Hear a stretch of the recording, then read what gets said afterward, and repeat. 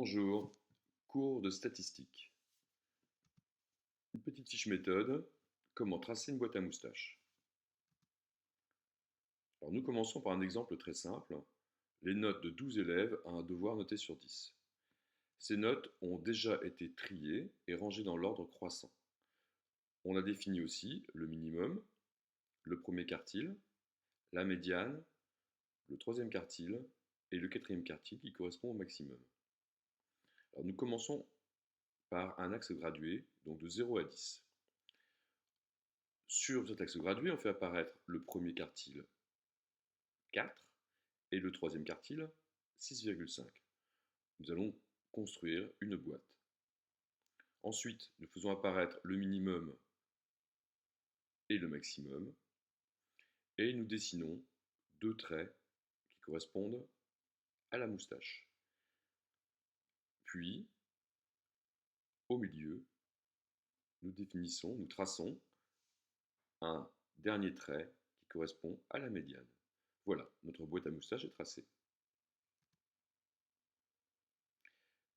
Nous avons défini ainsi 4 intervalles. Dans chaque intervalle, nous avons 25% des valeurs. La largeur de la boîte correspond à l'écart interquartile. Nous avons donc 25% plus 25%, 50% des valeurs entre le premier quartile et le troisième quartile. Dernière valeur, l'étendue. Ça correspond à la différence entre le maximum 10 et le minimum 1,5. Nous avons 100% des valeurs entre le minimum et le maximum.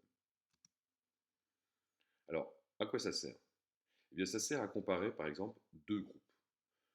Nous avons deux classes qui ont fait le même devoir. Voici leurs notes. Elles ont été présentées dans un diagramme en bâton.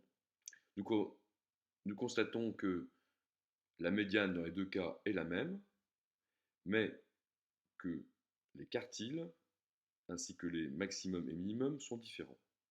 Alors nous allons tracer la boîte à moustaches de la première répartition. Voilà. Puis la boîte à moustaches de la deuxième répartition. Voilà. Alors, pour mieux les comparer, nous allons les superposer dans un même graphique.